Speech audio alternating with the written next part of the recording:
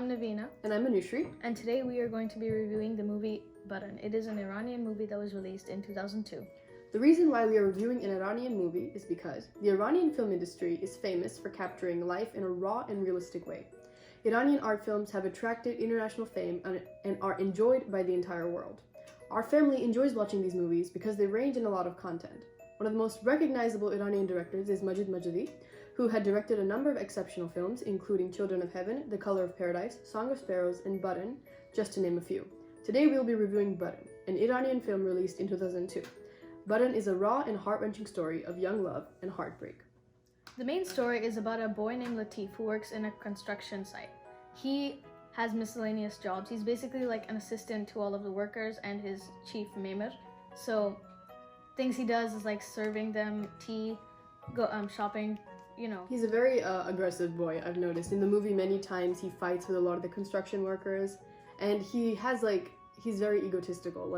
He has, I guess some might say a big head, but egotistical, acts as if he's like cool, something like that. So, and the reason why is because he's very close to the supervisor, who is Memar. He's played by Reza Naji, who actually shows in many of Majidi's films, and he's a supervisor. So, they don't say anything about Latif's parents in the movie, but his father figure is the supervisor, who is Reza Naji, who is Memar. So he's close with his supervisor, meaning he tends to bully a lot of the newcomers in the construction site, as well as just construction workers.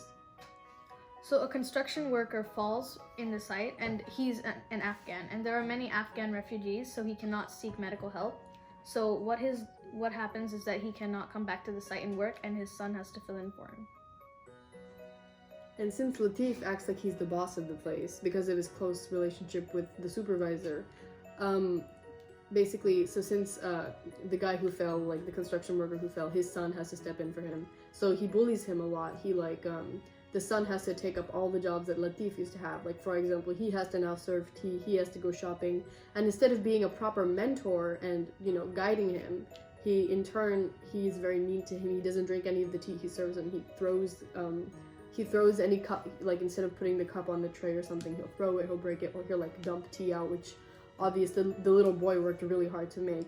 But the thing is, everyone tends to like this little boy because he's very clean in his presentation, and the director has a lot of nice shots that capture that, such as pots and pans being organized and stacked in a nice way on shelves, whereas whenever there was Latif, who was serving tea and everything, he was always messy. And I remember one scene which was really sad, but the little boy works so hard trying to organize everything, and Latif just comes in and messes all of it up to prove his point. So seeing as the little boy can cook and he's good at serving tea, and he has like these nice characteristics with hospitality, all the construction workers like him. But Latif gets super jealous, and he really portrays that in the movie.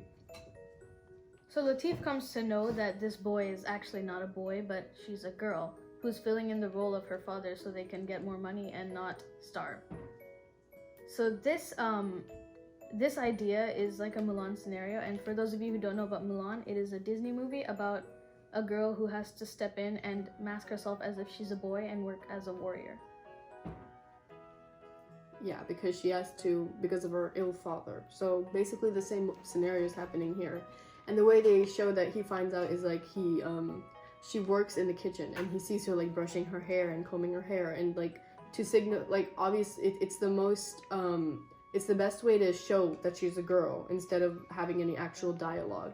She's actually like doing things that we would associate females to do, such as brushing your hair or like singing, and her voice is high, which can also indicate that.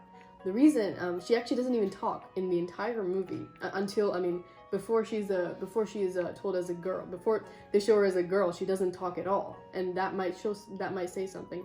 Actually, when we were watching the movie, my dad has seen the movie, but I was thinking, this kid is awfully peculiar. He doesn't talk. He keeps to himself. He has excellent presentation skills, which we associate with females. So I was thinking maybe this is a Mulan scenario where it's actually a girl dressed up as a guy. So once he finds that out, Latif, as all, guys who are young, they're like, oh, a girl is working with me. So he wants to impress her. So he starts dressing up nicely, and it's that cute, almost kind of cliche story where, like, you know, the guy wants to woo the girl. He has like this big infatuation. So that's how it is for a good part of the movie, and how he's going to basically sacrifice anything and everything just for her to notice him, or, you know, for him to help her. So the thief really wants to help the girl, so he does many things. Like, for example, he lies to his boss to get a full year's worth of earnings and says that his sister is unwell, but really he tries to give it to the girl's father because he knows that they're having a lot of money problems. But he knows that they won't take the money if he gives it to them directly, so he asks someone else to give it to them. Unfortunately, that person steals it and runs away. And that's when this infatuation becomes something more serious, because, you know, obviously the director has that little scene, like, he has his I guess stage time when he's able to show, you know, how he woos the girl, how he dresses differently, you know, all those classic things that we see in so many films. But then finally when he starts showing he's using his earnings, things that money that he has earned with his hard work to help that girl's family, which turns it's from infatuation into, you know, serious love, which, you know, that's like the pure, the innocent, and like the meaningful kind of story and connection between the two. So, you know, to know that he's dedicating so much of his time, and basically his entire mind is 100% swarmed with the thought of that girl and how to help her, that's a really big deal in the movie, and the director conveys it in a really great way. So we can really see his determination to win over that girl and help her family when he pawns his passport over. Like, you know, that determines if he can't go out of his country, which that, like, if you sell your passport, or if you pawn your passport, you're completely severing off any ties to go anywhere or, like, succeed in life. And to know that he did that for the sole reason of allowing that girl to notice him and to help that girl, that's such an iconic part of the movie, and I thought the director did really great with that shot.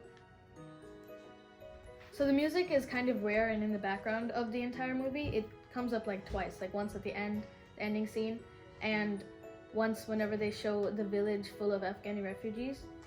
And yeah, it's soft, and you can hear the Iranian note in it. And also the shots are really nice. Every time you can see the construction site, they just make it look poor by giving it a theme of gray and making everyone look dirty, and, you know, they can't afford things that we can today. So yeah, and I think one of the biggest scenes that I want to speak about is the end scene. So obviously you want to make sure to watch the movie, but the end scene is when they finally have that meeting, and, you know, after sacrificing so much for that girl, he comes to her village often, and he sees her he sees her, and they all move, the entire family, her family plans to move away. So what he does is he sees her, he helps her family, he tries to make himself a part of the family in order to become more closer with her. But when they move away, the scene where they're like about to get into the truck and everything, there's a scene where like she drops a bunch of vegetables and like things she's carrying onto the truck, and, you know, they're everywhere, and so he's helping her, and, you know, she understands, like, you know, he's been a big part of my life, but obviously, like, the ending scene is just such an artistic and just poetic scene. You know, she lifts up her veil to acknowledge him, like to show him that she really cares and that she's understanding, and, you know, but, you know, that's all they can do, because, you know, obviously we all know in the Middle East, you know, with the rule of parda and everything, how all the girls, they'll wear hijabis, you know, they'll wear full body coverings to obviously shield themselves, which is a thing in the Middle East that we all are used to. And so to convey that, there's obviously going to be restrictions and censorship in the Iranian film industry. So the most they can do is show that girl, you know, lifting up her veil and, you know, acknowledging the boy. So obviously there's no, like, physical contact, which we are so used to in all these love movies, but in this one, there's none. You know, they just acknowledge each other and that's it. So I thought it was really... that's like that's the most iconic button scene I can say. No other movie I've seen has done that, so, you know, definitely you should watch the movie for that. And the ending scene, which is the very ending scene, It's incredible. The writers, I think they did wonderful for that movie. I'm obviously not going to spoil it. You need to watch it because it's a great movie. Any film enthusiast needs to watch that movie because you're going to see a lot about Iranian culture and about an entire different side of cinema that you've never seen before. So definitely watch that movie. As always, we're not professionals, so if you have any suggestions, comment down below and tell us what we need to fix. Please like, share, comment, and subscribe. Thank you so much for watching. As always, don't forget to watch all the other videos in Adhikaalai channel. Also, don't forget to watch Baran. Thank you so much for watching. Today we're going to be reviewing a movie. It's called, a movie. And The Iranian, movie like, I mean, I think that's such an ironic part. Oh, no, it's not. Okay. No, it's fine, it's fine.